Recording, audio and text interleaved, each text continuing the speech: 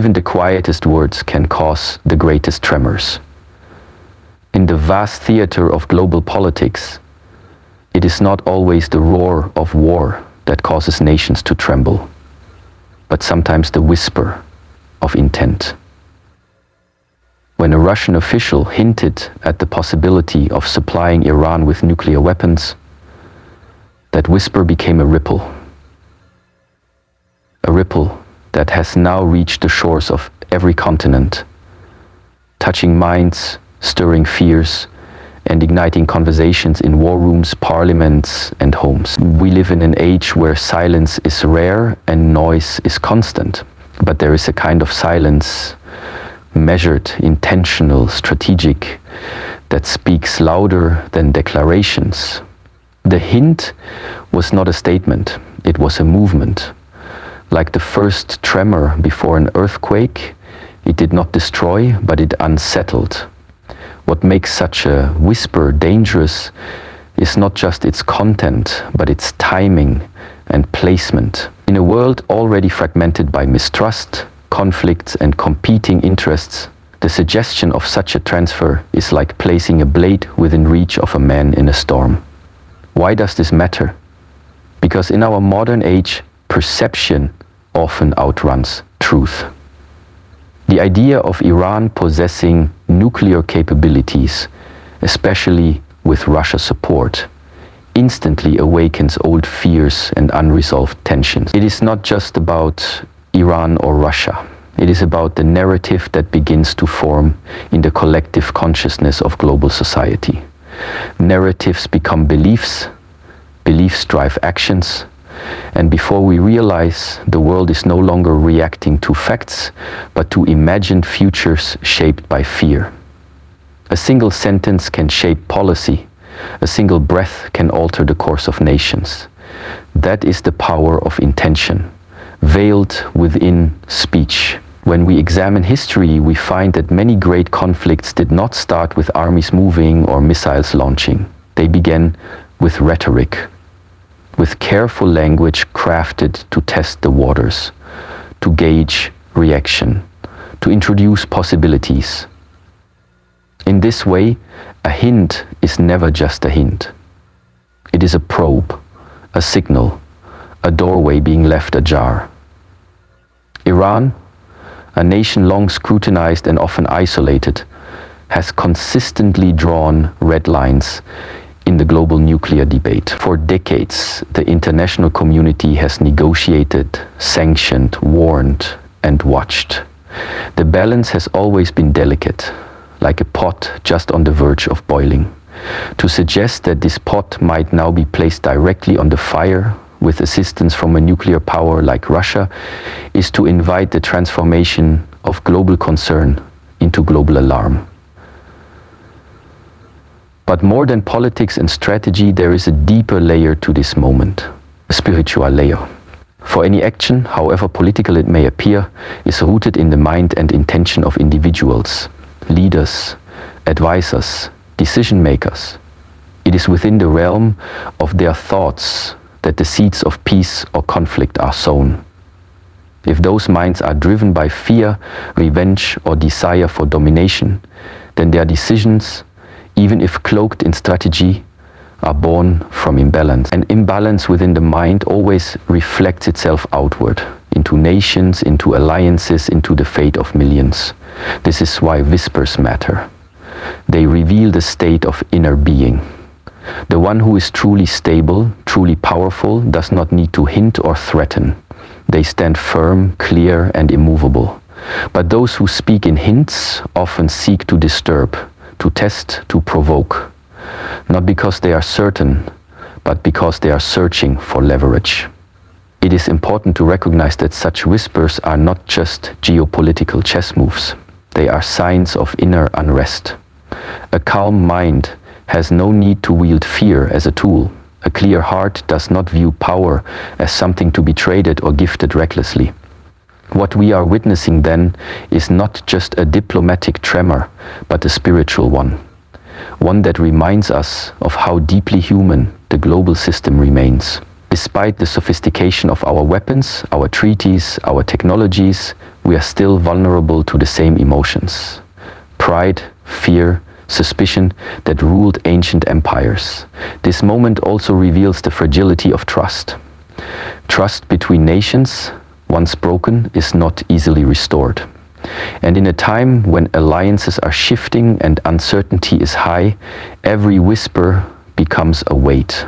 Russia's subtle suggestion has already placed pressure on many pressure points between Iran and Israel, between the West and the East, between diplomacy and warfare. It has rekindled old questions. Who can be trusted? Who is acting in good faith? Who is hiding a dagger behind their smile? And most importantly, who will act based on clarity rather than compulsion? The answer to these questions lies not in international law or military might, but in the unseen terrain of the mind. There is a deeper lesson here for all who lead and for all who observe, that silence is not absence, that words, even unspoken, carry energy, and that energy, when misdirected, becomes destruction. The idea of Iran being supplied with nuclear weapons is dangerous not only because of the potential outcome, but because of the precedent it sets. If one power begins to arm another for leverage, then the age of deterrence gives way to the age of escalation. This is not progress, it is regression, returning to a time where survival depends on outmatching your rival's capacity for destruction. And in such a world, there is no true victor, only survivors. To speak of nuclear weapons is to speak of finality. These are not tools for defense, but instruments of irreversible consequence. The fact that their deployment remains a possibility, even now, in the modern world, is a testament to how little we have evolved in our thinking. We speak of peace, but we invest in war. We call for diplomacy, but we prepare for annihilation. And so, when a Russian official hints at supplying Iran with such weapons, it is not just a political event. It is a reflection of where we truly stand in our evolution as a species. A test, not of military capability, but of wisdom. Wisdom to recognize that true strength lies not in holding the power to destroy, but in choosing never to use it. The ripple has been cast, now the world must choose its response. Some will prepare defenses, others will escalate rhetoric, but a few, perhaps the wisest, will begin the internal work of understanding. They will ask, what is the source of this aggression? What fear is behind this show of strength? And what must be done, not to silence the opponent, but to still the conflict within? Because only when the inner war is over, can outer peace begin. The first tremor has been felt. But whether it becomes an earthquake or simply fades into stillness, depends not on the weapons being moved, but on the minds moving them. There is no such thing as power without consequence. Every action echoes. Every decision creates a ripple that eventually returns to its origin. To offer another nation a weapon capable of mass destruction is not just a political maneuver. It is a spiritual responsibility. A poisoned chalice may look like a golden cup, but the moment it is sipped, the bitterness reveals itself. In the same way, nuclear weapons may appear to be tools of strength, bargaining chips in a high-stakes game of global influence, but what they truly offer is the potential for irreversible ruin. The world has forgotten that some things cannot be taken back. Words spoken in haste, weapons transferred in secrecy, these cannot be undone once unleashed. The very suggestion by a Russian official that Iran may receive such weapons is an act that opens the door to 1,000 unseen outcomes, most of them shaped by fear, mistrust, and retaliatory instinct. The more one desires to control, the more one becomes controlled by the need to dominate. This is the cycle of power when not tempered by wisdom. Supplying nuclear arms is not like supplying grain, oil, or even conventional weapons. It is the passing of a symbol, one that carries with it the authority to destroy cities and civilizations and turn history to ash. It places immense trust in the recipient, assuming they will never use what has been given. But trust built on strategy is fragile. It depends on alliances, not on values.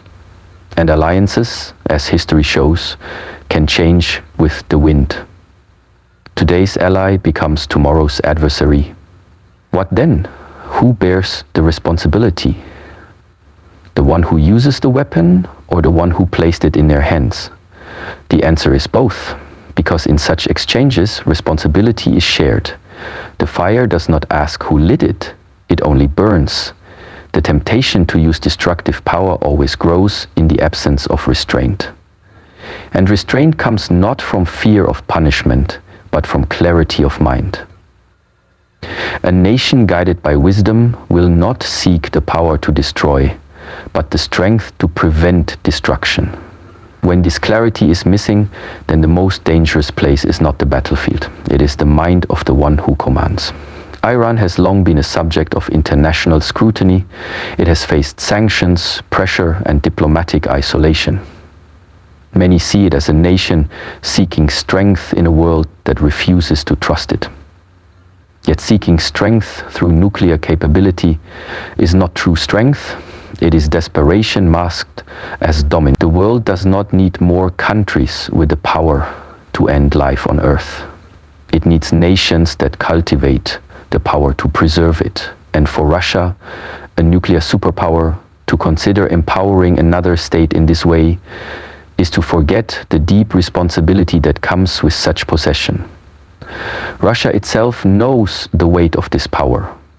It understands the fear it instills, the balance it maintains, and the devastation it could unleash. Why then would such power be handed to another? If not to destabilize, then surely to provoke. And provocation born from strategy is always double-edged. What begins as advantage may become the source of downfall. Imagine the mindset required to justify such a move. It is not the mind of a teacher, a healer, or a guardian. It is the mind of a gambler. One who wagers not only with currency, but with the lives of millions. It is not wisdom that guides such action, but the illusion of control. But no one can control what nuclear weapons represent. They are not chess pieces, they are finality.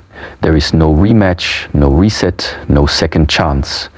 This is why nations fear them, not because they misunderstand their purpose, but because they understand it too well. The only real safety lies not in who holds the weapon, but in who chooses not to use it.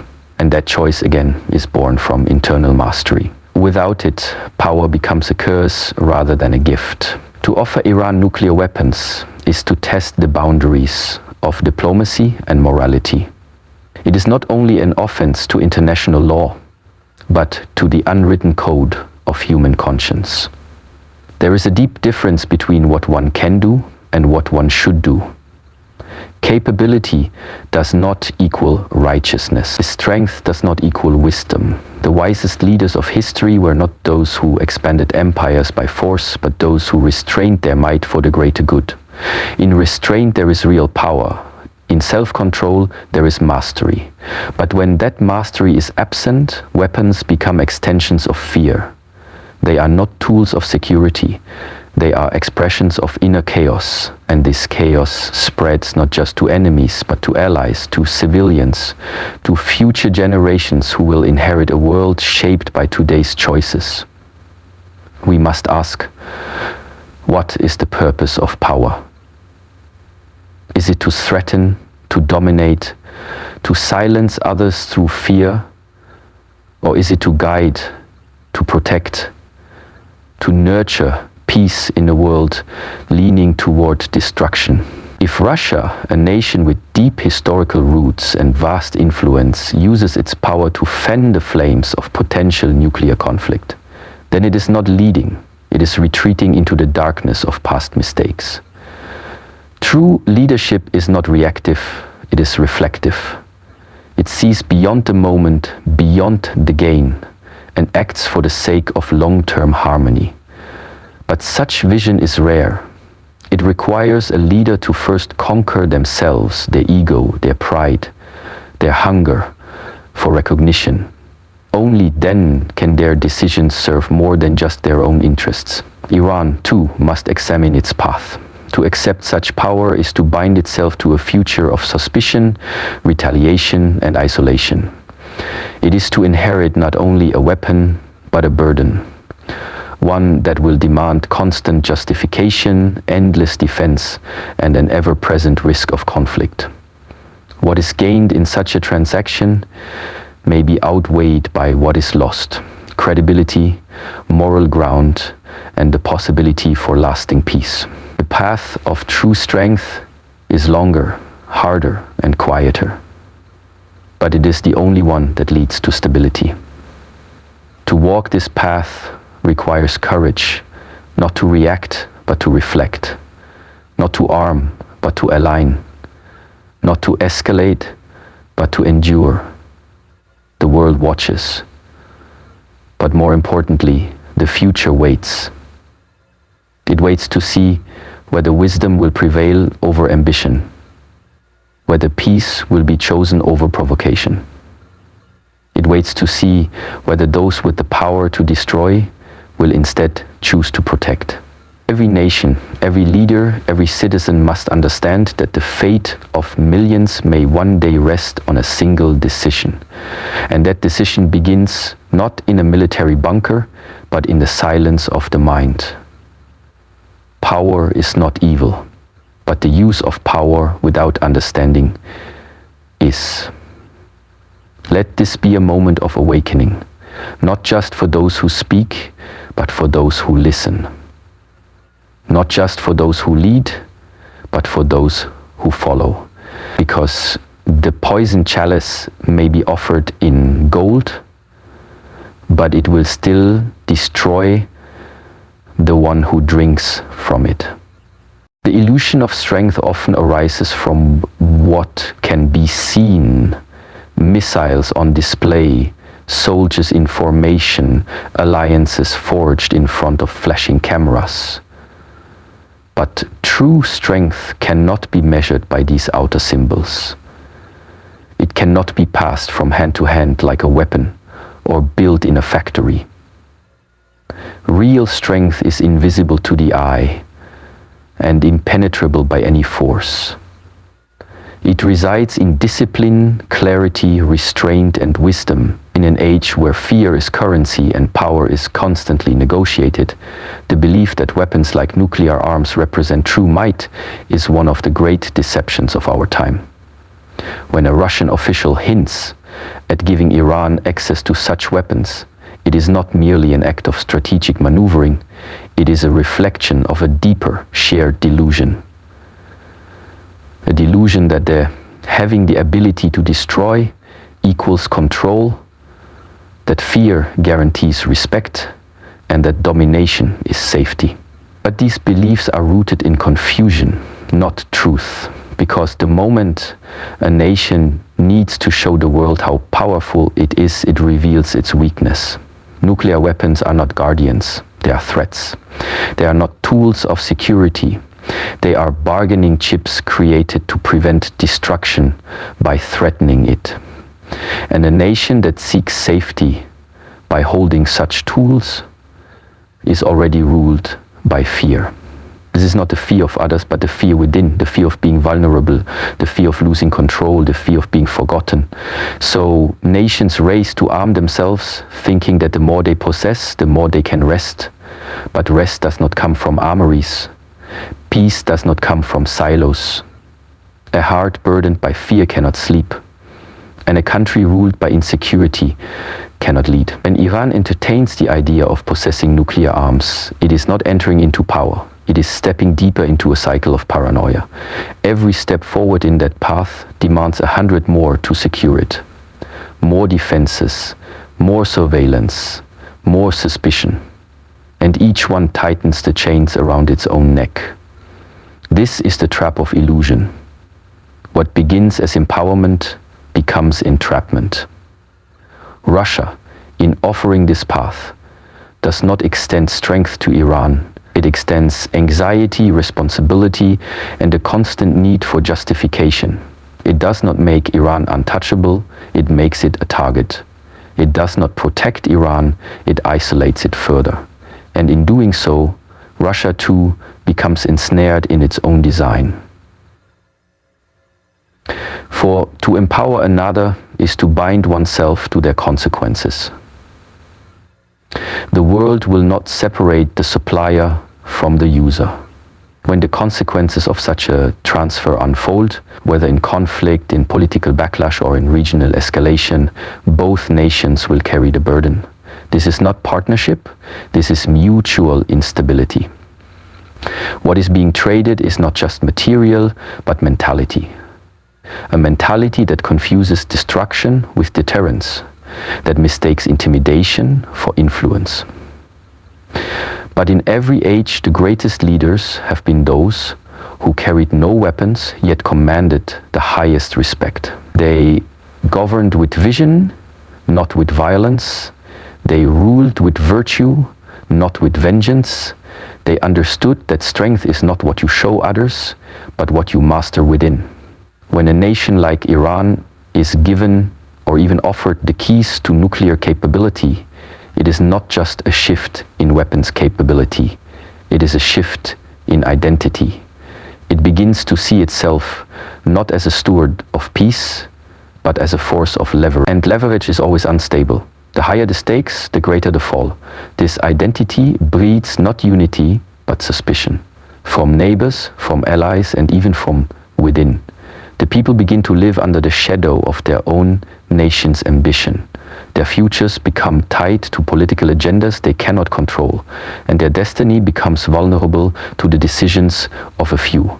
This is not empowerment, it is subjugation dressed in pride. The strength of a nation must be judged not by what it can destroy, but by what it chooses to build. Not by what it can threaten, but by what it can endure. To hold a nuclear weapon is not to hold power. It is to carry a burden that demands constant vigilance and invites constant judgment. This is the price of illusion. It offers prestige, but demands paranoia. It offers influence, but creates enemies. It promises safety, but ensures endless preparation for war. The real question is not whether Iran will get such weapons, but why it wants them. What emptiness is it trying to fill? What fear is it trying to silence? These questions are not just political, they are spiritual. Because when a person or a nation seeks to control others, it is often because it cannot control itself. And when that inner mastery is missing, all external power becomes danger. Not because it might be used, but because it cannot be fully understood. Understanding precedes mastery, and mastery precedes peace. Without understanding, even the most sophisticated weapons become toys in the hands of children. Dangerous not because of their design, but because of the mind that holds them. The global community must also examine its role in feeding this illusion. When we reward displays of aggression, when we negotiate through shows of strength, when we honor those who intimidate rather than those who illuminate, we empower the wrong values. We must return to a deeper awareness, one that sees beyond the postures of war and understands the cries for relevance, for dignity, for recognition that often hide beneath. Iran does not need nuclear weapons. It needs to be seen, it needs to be heard, and most importantly, it needs to be guided. Not by force, but by example. The same goes for Russia. For in guiding others toward peace, one strengthens their own foundation. But in leading others toward conflict, one walks into their own storm. This is not philosophy, it is fact. The history of empires is filled with those who believed strength came from fear, and the fear turned into unstrongness. And the sooner we understand, the more fear we feel. It is too much for our strength, one guiding others toward peace. One's strength came from fear, only to fail in defeating the phantom. Illusions are hard to release because they are comforting. They provide a story that makes us feel in control. But true strength does not need stories. It lives in silence, in stillness, in self-discipline. The greatest threat to peace is not the weapon itself, but the illusion that the weapon is peace. It is not the warhead that endangers the world. It is the ego that carries it. And until that ego is seen for what it is, fragile, restless, insatiable, the cycle will repeat. Nations will rise and fall not because of what they lacked, but because of what they believed they needed. Iran, Russia, and every other nation must ask themselves, are we building a future of presence or of pressure? Are we cultivating strength or collecting shadows? The illusion of strength fades the moment real danger appears. And in that moment, it is not the loudest, the most armed, or the most feared who stand firm. It is the most prepared. Prepared not with missiles, but with clarity. Not with arsenals, but with awareness. Because when chaos rises, it is not firepower that brings peace. It is the mind that does not move, the heart that does not hate, and the will that does not bend to fear. That is real power. And it cannot be hinted at, handed over, or taken by force. It must be lived, it must be earned, and it must begin now. The path of true mastery begins with stillness. In a world that races forward, obsessed with acquisition, domination, and reaction, stillness is a forgotten art. Yet it is in stillness that clarity arises, and with clarity comes right action. The hint by a Russian official to supply Iran with nuclear weapons has stirred the world. But the response it demands is not one of retaliation, panic, or arms buildup. It is a call for reflection. In the face of fear, most react by preparing for war. But war is only a symptom of a deeper sickness, the sickness of confusion, mistrust, and the loss of discipline. What the world needs now is not the sharpening of missiles, but the cultivation of minds that can see beyond threat into truth. To respond to every provocation with escalation is to live as a slave to reaction. But when one chooses stillness in the midst of provocation, they begin to master themselves and therefore the situation. The suggestion of nuclear collaboration between Russia and Iran is not only a political shift, it is a test of global maturity. Many nations will speak out against it, condemn it, and build countermeasures. But very few will ask the essential question: what is it within us that continually drives us toward destruction, even when we know the cost? This question cannot be answered in press conferences or through military doctrine. It can only be answered in the silent honesty of introspection. The one who controls the weapon must first control their thoughts.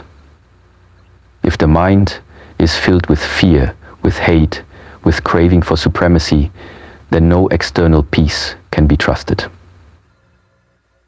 The world does not change because policies are signed. It changes when people, especially those in power, transform within. This is not weakness. This is the highest form of strength. To remain unmoved by the temptation of dominance, to see through the mirage of temporary advantage and act with the clarity of long vision. When Iran considers accepting such a weapon, it must ask, what kind of nation are we becoming? And when Russia considers offering such a weapon, it must ask, what legacy are we leaving behind? These are not questions of diplomacy, they are questions of identity, of integrity, of purpose. To arm a nation is easy, to elevate a nation is much harder. It requires wisdom, sacrifice, patience, and foresight. When history looks back on these moments, it will not ask who had the most weapons. It will ask who showed the most restraint, who had the opportunity to burn the world but chose instead to heal it. This is the time not to escalate tension, but to train in presence, not to move blindly, but to sit still and observe, because often in stillness the truth that cannot be seen through action reveals itself clearly. Training the mind is more difficult than building a weapon. It requires daily effort, discipline, humility, and the willingness to confront one's own fears. And yet, it is this training that prevents war. For war is not born on the battlefield. It is born in the mind. A mind untrained becomes the most dangerous weapon on earth. It reacts instead of reflects. It attacks instead of understands. It divides instead of unites. Such a mind, if it controls a nation, spreads suffering far beyond borders. But a trained mind, one rooted in awareness, compassion, and wisdom, becomes a shield to its people and a light to its neighbors. Leaders who possess such a mind do not seek to expand power through fear. They seek to dissolve fear through understanding. They are not moved by threats, nor are they obsessed with demonstrating strength. Their presence alone radiates stability. And in unstable times, such presence is more valuable than any missile or alliance. If Iran truly seeks strength, it must begin with the strengthening of its people. Through education, spiritual clarity, ethical leadership, and internal unity. Nuclear weapons cannot bring dignity, only danger. Respect is not earned through arsenals, but through wisdom. When others look upon a nation and see not its weapons, but its depth of character, its ability to lead with vision, and its capacity to rise above reaction, then true respect is born. And if Russia wishes to lead, then let it lead through healing, not harming. Let it be the force that guides others away from the edge, not one that pushes them toward it. This is not naive idealism, it is the only sustainable path forward. The world has tried every other way. It has tried domination, fear, conquest, deception, and still, peace has remained elusive. Maybe it is time to try clarity. Training the mind does not mean passivity, it means purposeful action rooted in awareness. When the mind is clear, it knows when to speak, when to wait, when to act, and when to withdraw. This is the precision the world needs now, not military precision, but mental precision. If leaders around the world took even a fraction of the time they spent planning defense and used it to train in self-awareness, diplomacy would be transformed. They would no longer negotiate from pride, but from principle. Not from fear of loss, but from vision for the whole. And they would recognize that arming another with nuclear weapons is not an act of alliance, it is an abandonment of responsibility. This moment is not just a warning, it is an invitation to choose a different path. A path where strength is measured not by how much one can destroy, but by how much one can preserve. A path where silence is not weakness, but readiness. Where power is not noise, but presence, and where leadership is not manipulation, but mastery. There is still time to choose, to withdraw from the cycle of threat and escalation, to return to the training that makes nations great, not the training of soldiers alone, but of statesmen, of thinkers, of spiritual leaders who can guide humanity through the storm. What the world must now do is not amplify the noise, but restore the discipline.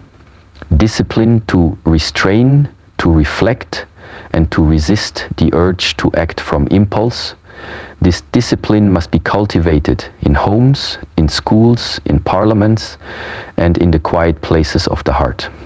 Because only a world trained in mindfulness can escape the grip of madness.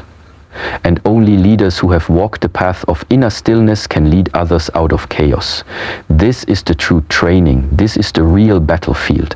And this, not the arms race, is where the future will be won or lost. The question is not whether Iran gets the weapon. The question is whether the world has the wisdom to walk away from the fire before it consumes us all. Stillness is not escape. It is preparation. And now is the time to prepare. Not for war, but for awakening.